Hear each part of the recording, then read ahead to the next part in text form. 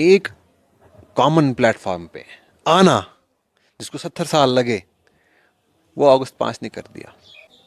जो हमारा एजेंडा है कश्मीरियों का, डिग्निटी जो कश्मीरियों की है उसको रेस्टोर करने के लिए, जम्मू कश्मीर की जो डिग्निटी है। आदाब दोस्तों, मेरा नाम सईद बिलाल अहमद और आज मेरे साथ है Jammu Kashmir Peoples Democratic Party के स्पोक्स पर्सन नजमुल साकिब। आपका शुक्रिया बात करने के लिए। तो सबसे पहला मेरा सवाल यही होगा कि आज जो नवीयत जम्मू कश्मीर स्टेट की है और पर्टिकुलरली वैली की है, जहाँ पे गुपकार अलाइंस या पीपल्स अलाइंस बनाने की ज़रूरत पड़ी। मुझे याद आ रहा है कि जब पीडीपी और बीजेपी की कोलिशन हुई थी तो कॉमन मिनिमम प्रोग्राम्स बने थे, एजेंडा ऑफ अलाइंस में इवन सेपरेटिस्ट्स के साथ बात करने की बात की गई थी। क्या ज़रूरत पड़ी आज, किन हालातों ने मजबूर किया कि आज गुपकार अलाइंस बनाने की ज़रूरत पड़ी? देखिए, सबसे पहले पॉलिटिक्स एक प्रैग्मेटिज्म का दूसरा नाम है।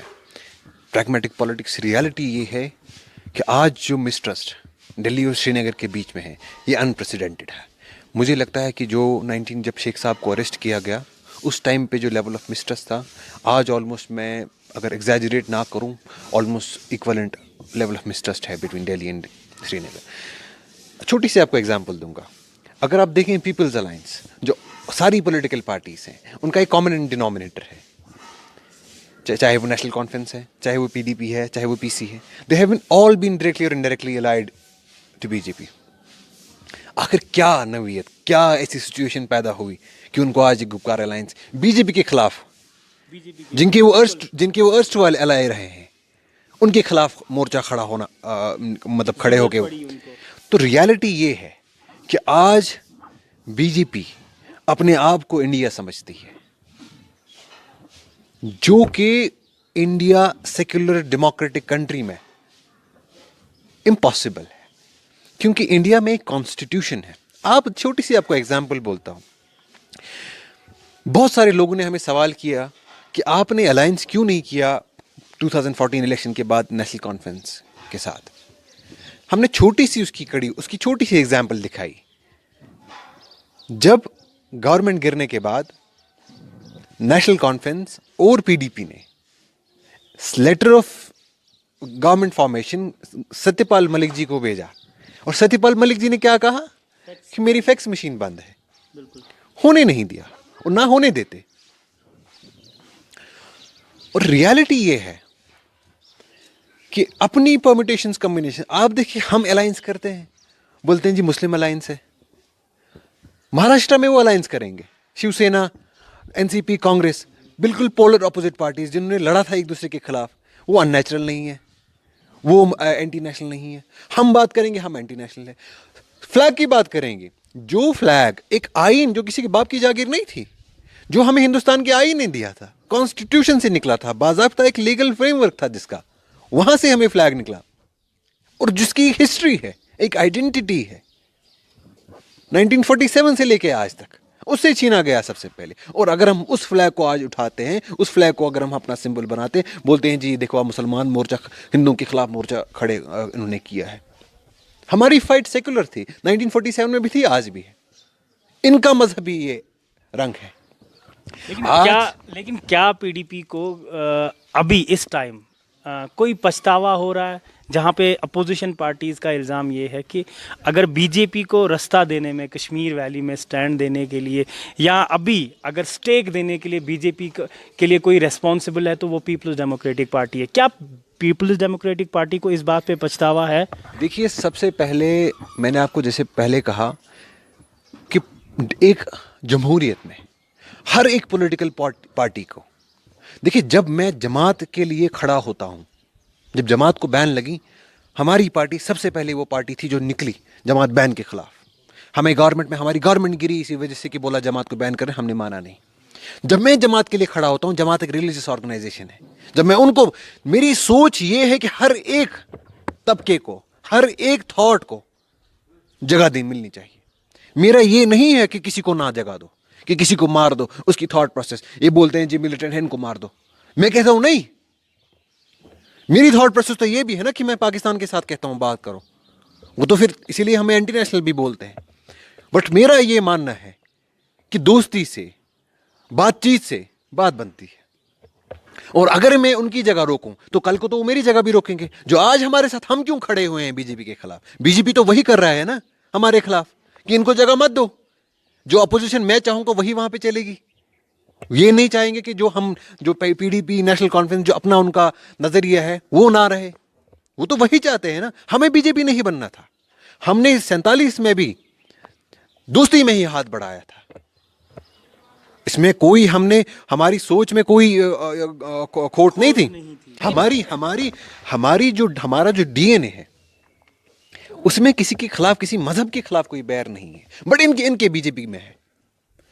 और जो गलतियां हुई, हालांकि हम मानते हैं तो शुरुआत से शायद आपको पता था फिर? हो सकता है। देखिए, हमने शुरुआत में भी तो ये भी नहीं पता था कि वाजपेयी जी कैसे निकलेंगे। वो भी तो संघ से निकले थे, बट कश्मीर के लिए अच्छे थे। चाहे हिंदुस्तान के लिए बहुत लोग कहते हैं गलत है, अब उनकी अपनी सोच है। लेकिन उस कोलिशन को तो नाम दिया गया कि इट्स लस्ट फॉर चेयर, यानी कुर्सी की भूख। तो बहुत सारी चीजें बोल सकते हैं। देखिए, मैंने आपको वही कहा, एक कॉमन डिनोमिनेटर, एक कश्मीर एक स्ट्रेटेजिक स्टेट है। यहाँ के अपने इंटरेस्ट है इनके। तो हाँ, मैं तो आपको कहा कि हमने छोटा सा एक एक्सपेरिमेंट गारमेंट गिरने के बाद किया, जब सत्यपाल मलिक जी ने कहा फैक्स मशीन बंद है। तो आज अब जब हम अलायंस करते हैं, हमारे ही प्रोटेस्ट छोटा सा हमने किया। आप देखिए, इतनी भी स्पेस इस मुल्क में नहीं बची, क्या इस जमहूरियत में बची, कि छोटे से यहाँ अगर हम प्रोटेस्ट करेंगे उस पर हमें जेल ठोक देते हैं। क्या आपको वो समय याद है जब ये पहल नेशनल कॉन्फ्रेंस के उमर अब्दुल्ला या सजाद लोन पीपल्स कॉन्फ्रेंस ने की थी कि उन्होंने हाथ बढ़ाया था कोलिशन के लिए कि हम कोलिशन पार्टनर्स बनेंगे और यहाँ पे जो है सरकार तश्कील देंगे, कि उनका तो कहना है कि डिनाई किया गया पीपल्स डेमोक्रेटिक पार्टी की तरफ से, क्योंकि इनको हाथ बढ़ा, इनका हाथ जो है वो कहीं ना कहीं बीजेपी की तरफ जा रहा था। मैंने आज आपको पहले ही कहा कि हमारा जो थॉट प्रोसेस है, हमारा जो नज़रिया है, उसमें वो इंक्लूसिव थॉट है, उसमें सबके लिए जगह है। आज जो हमें ये टैग लगाते हैं कि ये मुस्लिम अलायंस है, अगर हम 2014 में भी वही करते तो हमें उस टाइम भी ये बोलते ये मुस्लिम अलायंस है। और कश्मीर की जो साख्त है, जो फाउंडेशन है, जो शेख साहब ने डाली है, वो सेक्युलरिज्म पे डाली है। अगर आज हमें कश्मीर के लोग, बिल्कुल मैंने देखा, अगर आप राह चलते लोग से भी पूछें, वो सारे बोलेंगे कि जम्मू के लोग भी परेशान है 5 अगस्त। क्यों? क्योंकि आपकी देखिए, मैक्सिमम कश्मीर में जो है सेकंड इन्वेस्टमेंट, अगर कहीं दूसरा मकान है वो जम्मू में है।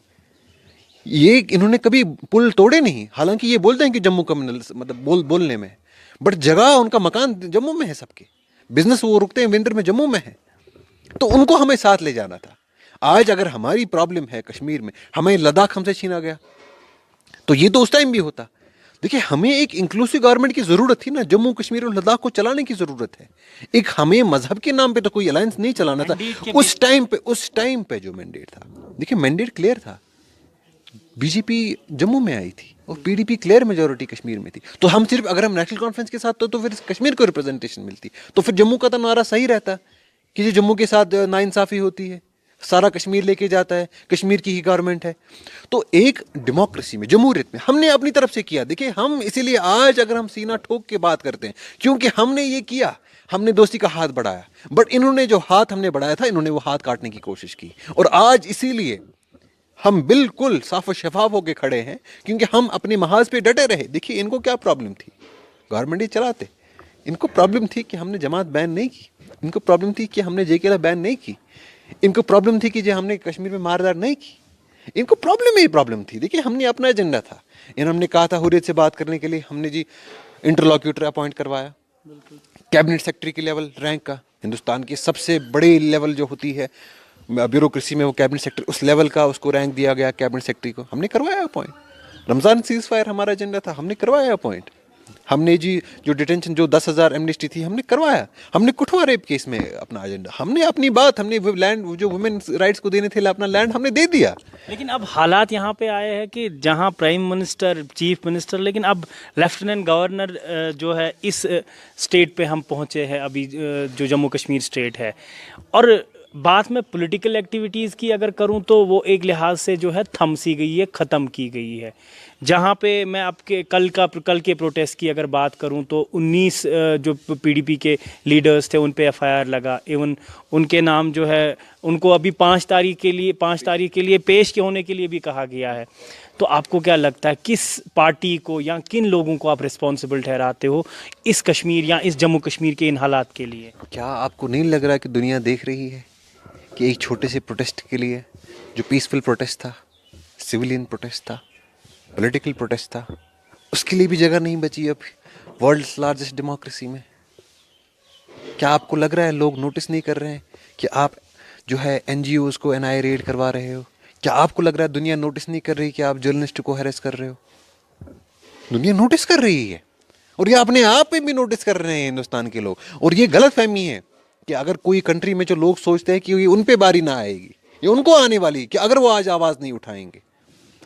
देखिए, बहुत सारे लोगों ने कहा कि आज हर एक हिंदुस्तानी कश्मीरी बन गया, बट उनको वो आधा ही हिस्सा इसमें याद उनको आ रहा है। जो बाकी हिस्सा ये भी है कि उनको कश्मीर के काले कवानीन भी अब आगे उनके पास लगने वाले हैं। अगर वो यहाँ आएंगे तो यहाँ पे आफ्सपा भी है, यहाँ पे डिस्टर्ब्ड एरिया एक्ट भी है, यहाँ पे मज़ार भी हमारे बहुत सारे जो भरे हुए हैं लोगों से, वो भी एक रियलिटी है। आज आप देखिए बीजेपी वर्कर जो कल अफसोसनाक हादसा हुआ, जिनको मारा गया वहाँ पे, अगर उनके आप जनाजे देखे आज, वहाँ पे आज़ादी के नारे लगे। गलत है सही है, मुझे क्या पता, बट क्या कल गवर्नमेंट ये अफोर्ड कर सकती है कि कल वो बोलते थे मिलिटेंट के फ्यूनरल पे वहाँ पे आज़ादी नारे लगते थे, इसलिए उन्होंने जो है डेड बॉडीज उनकी मिलिटेंटों को ले ली? कहाँ पे होता है ये? कहाँ पे ये होता है? कल को अगर कोई क्लेम करेगा कि भाई अनआइडेंटिफाइड ग्रेव्स आपकी 1000 है, तो आप तो बना रहे हैं खुद। ये कौन सी उनकी सोच है? ये तो अपने आप पाँव पे कुल्हाड़ी मार रहे हैं। दूसरी सोच, क्या वो पॉलिटिकल रैलीज भी बंद करेंगे जहां पे आज़ादी के नारे हैं? क्या वो इनको भी अब अनआइडेंटिफाइड ग्रेव्स में ये बरी करेंगे? तो बिल्कुल गलत सोच है। आप देखिए, सबसे बड़ी चीज जमहूरियत में जो होती है वो है वोट को इज्जत दो। 21 लाख लोगों ने नेशनल कॉन्फ्रेंस और पीडीपी को 2014 के इलेक्शन में वोट दिया अपने। अगर मैं पीसी को भी मिलाऊं, 22 लाख वोट। 22 लाख लोगों को जो मैंडेट मिला था, उनसे ये पूछा नहीं गया कि अगस्त 5 को क्या करना है। उनसे ये पूछा नहीं जा रहा है आज कि आप लैंड लॉज कैसे कानून जो है यहाँ पे लगाएंगे। उनसे ये पूछा नहीं जा रहा है कि जब आप जो एम्प्लॉयमेंट में डोमिसाइल सर्टिफिकेट आप रखेंगे कि नहीं। तो कहाँ वोट की इज्जत है? कहाँ आपकी इज्जत है? कहाँ मेरी इज्जत है? तो जमहूरियत में अगर एक वोटर की इज्जत नहीं है, एक फर्द की इज्जत नहीं है, तो सवालिया निशान तो बनता है। नहीं, मैं आज अगर अभी की बात करूं तो बीजेपी का तो कहना है कि पीपल्स डेमोक्रेटिक पार्टी या नेशनल कॉन्फ्रेंस, इनकी से तो अवाम में ख़त्म हो गई है। इनके पास अब एक ही रास्ता बचा होता है, या तो ये पाकिस्तान की लाइन टो करते या चाइना की लाइन अब टो कर रहे। तो अवाम में वैसे इनकी से तो बची नहीं है। अब सियासत यानी जम्मू कश्मीर को डिस्टर्ब करने के लिए, यहाँ की पीस को डिस्टर्ब करने के लिए अब ये नए हरबे आजमा रहे हैं। क्या ये बात सही है? करें अगस्त 4 पोजीशन रेस्टोर, इलेक्शन कल करवाएं, फिर देखते हैं कि इसकी साख्त रही है ना रही। अगर इनके हिसाब से जो इन्होंने किंग्स पार्टी खड़े की थी, एक जलसा करके दिखाए वो लोग। आज तक तो नहीं किया इन्होंने। हमें तो नहीं दिखा कि बीजेपी की तरफ लोग लाखों में जा रहे हैं। क्या आपने तिरंगा रैली नहीं देखी इनकी, या बाकी जो छोटे मोटे प्रोग्राम? सरकारी गाड़ियां 4 खड़ी हों, वो रैलियां नहीं होती हैं। वो तो किराए के, जैसे मैं नाम नहीं लेना चाहता हूँ, बट आते हैं लोग तो चलता रहता है। वो सियासी एक प्रोसेस होती है अलग। बट कहीं पे मेजर फंक्शन, कहीं किसी ने रैली की, चाहे वो हमारी बाकी पॉलिटिकल पार्टीज भी थी, बट मानना वो नहीं है। रियलिटी ये है कि इन्होंने बोला जी आप लोगों ने हमें अरेस्ट किया। हमने तो बोला, हमने कहा जब आपके अमित शाह जी आपके जब अरेस्ट हुए, कोई आपके लिए कोई खड़ा नहीं हुआ। तो अमित शाह जी के टाइम कौन सा खड़ा हुआ था? वो भी तो बंद थे। उनको तो अपनी स्टेट से ही एग्जाइल किया गया था। हमने कहीं देखा नहीं हिंदुस्तान में चक्का जाम हुआ, हिंदुस्तान सारा बंद हो गया, हमने कहीं देखा नहीं। कल चिदम्बरम जी को इन्होंने जेल भरा, तो जेल तो एक पॉलिटिकल इनकी अपनी लड़ाई है। जेल जाना कोई ऐसा नहीं है कि वो आपको जो है साख्त नहीं। हमारा जो लास्ट इलेक्शन हुआ, मैंने आपको कहा 21 लाख वोट हमने लिए। 21 लाख लोग कश्मीर में, जहाँ पे गोलियां खाते हैं लोग, 21 लाख वोट पड़ना कोई आसान बात नहीं है। देखिए ये हरबे, इन्होंने तो शेख साहब को भी बोला था कि शेख साहब कोई नहीं है ट्रिपर में, फिर इसको 12 साल जेल डाला। बोलने के लिए बहुत सारी बातें होती। लेकिन कल कई बीजेपी के बड़े लीडर्स का ट्वीट आया कि जब प्रोटेस्ट हुआ था कि अब जो है कोशिश कर रही है महबूबा मुफ्ती यहाँ की पीस को डिस्टर्ब करने के लिए, इसको अंदर डालो, इसको बंद करो। क्या कहेंगे उस पर? अगर सच से पीस डिस्टर्ब होता है तो सच सुनना है। रियलिटी ये है कि कश्मीर के लोगों ने एक्सेप्ट नहीं किया है अगस्त 5 डिसीजन को। हम क्यों झूठ बोले?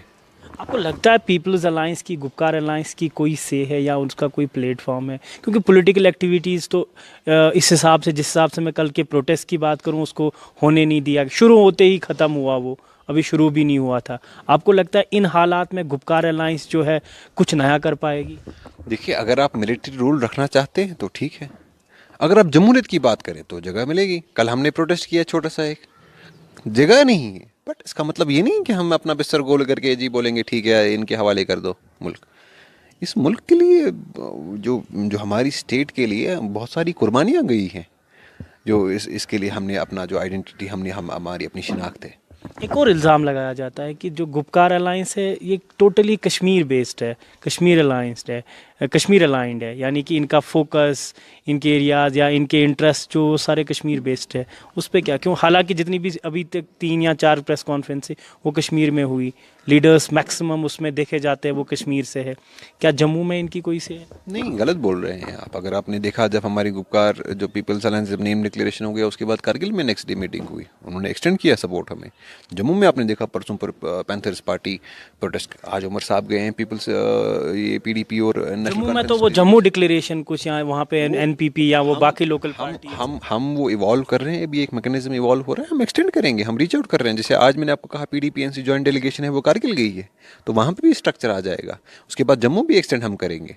हमारा प्लान है, ऐसे ही हम हवा में बात नहीं कर रहे हैं, हम अपने महाज पे हैं, अपने एजेंडे पे हैं, और हमारा रास्ता that's cut out for us, हम उस पर काम कर रहे हैं।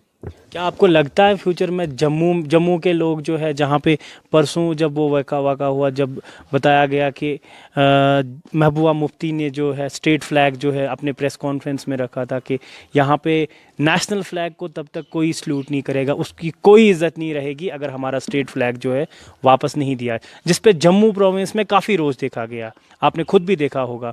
आपको लगता है कि इन हालात में जम्मू में स्टैंड होने में आपके पास कोई मुद्दा है ऐसा?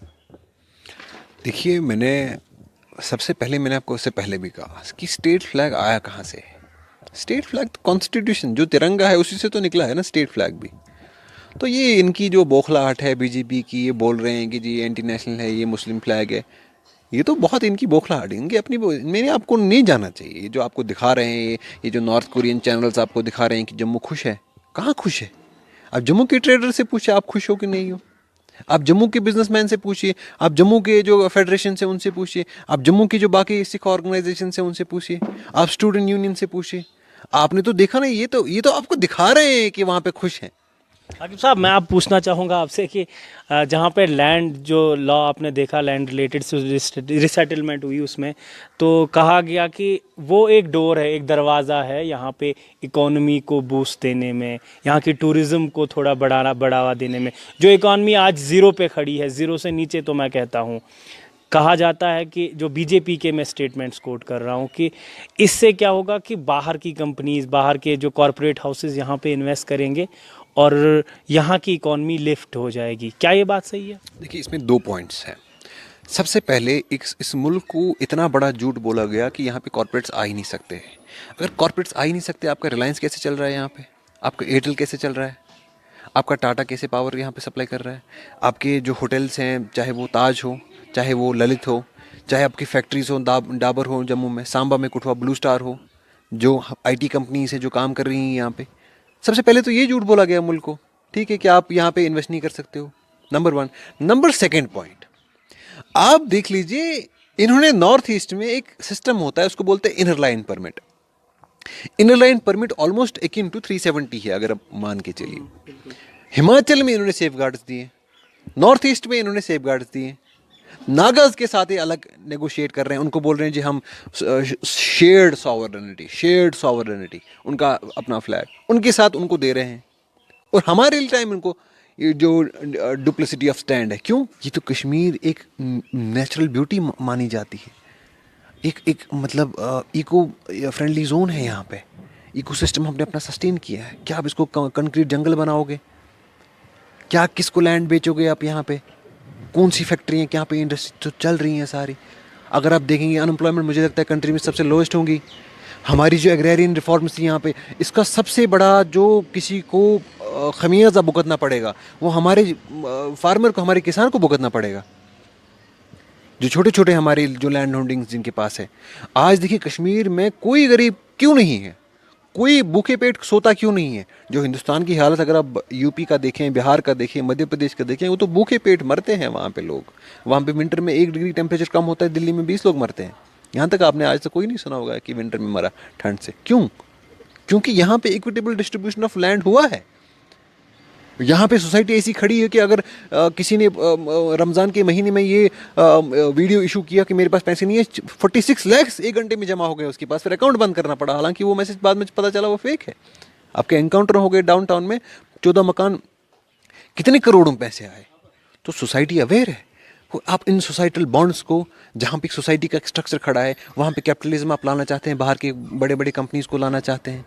और लोकल जो एम्प्लॉयमेंट है, लोकल एम्प्लॉयमेंट यहाँ पे कश्मीरी जो स्किल लड़के नौजवान हैं सारे हमारे यहाँ पे, उनसे जॉब्स छीनना चाहते हैं। खैर ये चीज़ तो सारी लोगों को भी पता है कि अगर हम FATF की रिपोर्ट भी देखें, लोकल मिलिटेंट्स बहुत ज़्यादा रिक्रूट हुए, इकॉनमी बिल्कुल नीचे चली गई है। लेकिन आखिर पे आपसे जानना चाहूँगा कि जहाँ पे सियासत जो है एक हिसाब से कश्मीर में थम सी गई है, ख़त्म सी हो गई है, इस जैसे माहौल में गुपकार अलायंस का बनना, पीपल्स अलायंस का बनना, क्या आपको लगता है कि फ्यूचर में या आगे, मैं जानना चाहूँगा कि इसका लाहे अमल क्या होगा? क्या लगता है आपको कि क्या करेगी आगे ये गुपकार अलायंस? सियासत अब थम सी नहीं गई है, सियासत अब शुरू हुई है। आज जो सारी पॉलिटिकल पार्टीज जो अपने आप में इंट्रोस्पेक्शन कर रही है और कोर्स करेक्शन कर रही है अपने जो उनके स्टैंड थे पॉलिटिकल इश्यूज पे, ऐसा आपको लगेगा कि मतलब जो कल को मैं अगर छोटी सी एग्जांपल आपको दूं, सजाद साहब जो मतलब पब्लिकली उन्होंने इलेक्शन से पहले बोला था कि मैं मोदी का छोटा भाई हूं, आज अगर वो आपको ऐसे स्टैंड पे बात खड़े तो आपको भी लगना चाहिए कि कहीं ना कहीं इंट्रोस्पेक्शन, कोर्स करेक्शन है। PDP जो BJP के साथ अलायंस की बात कर रही है, नेशनल कॉन्फ्रेंस बात कर रही है, तो एक कॉमन प्लेटफॉर्म पे आना, जिसको 70 साल लगे, वो अगस्त 5 ने कर दिया। इंशाअल्लाह जो हमारा एजेंडा है कश्मीरियों का, डिग्निटी जो कश्मीरियों की है उसको रेस्टोर करने के लिए, जम्मू कश्मीर की जो डिग्निटी है, करगिल लद्दाख लेके जो डिग्निटी है हमारी, उसको रेस्टोर करने के लिए हम लोग डटे हैं। उसके बाद हमसे बहुत सवाल पूछे जाते हैं कि क्या PDP ने सेल्फ रूल ख़त्म किया है, क्या नेशनल कॉन्फ्रेंस ने ऑटोनॉमी ख़त्म की है, क्या पीपल्स कॉन्फ्रेंस ने अचीवेबल नेशन ख़त्म नहीं। देखिए एक डिफरेंस है। जो हमारा पीपल्स अलायंस है that is for Gupkar declaration. Gupkar declaration क्या है? गुपकार डिक्लेरेशन का मकसद ये है कि 4 अगस्त की जो पोजीशन है 2019 की, उसको रेस्टोर करने के लिए। जब वो रेस्टोर हो जाएगी उसके बाद हमारा अपनी एजेंडे पे, हमारा अपना जो है विजन है, अपना एजेंडा है, हमारा सेल्फ रूल के लिए लड़ना है, हम उसके लिए काम करेंगे।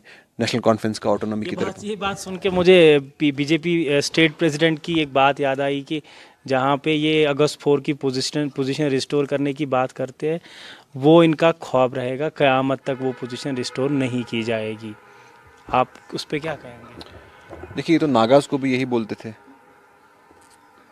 बोलने को तो बहुत सारी बोली जा सकती हैं। आज प्राइम मिनिस्टर साहब ने तो ये भी बोला कि कोई ना किसी ने खाया ना किसी को खाने देंगे, तो लग भी रहा है बॉर्डर पे लद्दाख में। तो देखिए रियलिटीज़ दुनिया में चेंज होती हैं, कांस्टेंट नहीं रहती हैं। आज इलेक्शंस अमेरिका में हो रहे हैं, कल को तो लगता था ट्रम्प एक इवेंट, ये रियलिटी है। आज तो लगता है वहाँ पे भी, तो क्या पता मोदी साहब भी क्या रहे, BJP क्या रहे दुनिया में। तो एक ऐसा नहीं है कि हम जी अपना बिस्तरा गोल करके जी ठीक है ये रियलिटी है तो हम बिस्तरा गोल करेंगे, नहीं, उनकी अपने थॉट है। अभी तो हम तो भी, ये तो लोग BJP को 70 साल से भी बोल रहे थे कि क्या पागलपन है। मतलब आपका कहना है कि सियासत अब शुरू हो गई है? सियासत अब शुरू हुई है। बहुत बहुत शुक्रिया साकिब साहब हमारे साथ बात करने के लिए। कुछ डिटेल्ड क्वेश्चंस हमने PDP के स्पोक्स पर्सन से पूछे और आपने भी सुना होगा, डिटेल्ड जवाब भी मिले, जिसमें सबसे ख़ास जवाब मैं आपके साथ शेयर करना चाहूँगा कि जहाँ पे बात करते हैं कि यहाँ पे सियासत जो है वो पूरी तरह से ख़त्म है, लेकिन इनका साफ कहना है कि देखो अगस्त 5 ने अगर कुछ नहीं किया, लेकिन एक चीज़ ज़रूर किया है कि जहाँ पे पार्टीज़ जो है 5 से 6, 6 से 7 और हर मोहल्ले में पार्टीज़ बनती थी, आज सारी पार्टियां एक प्लेटफॉर्म पे खड़ी हुई है। ये चीज़ अगस्त 5 की जो है वो एडवांटेजेस चीज़ है। फिलहाल साकिब साहब आपका बहुत बहुत शुक्रिया। कोशिश करेंगे कि आगे भी किसी मुद्दे पे आपसे बात हो। अभी के लिए शुक्रिया, आदाब।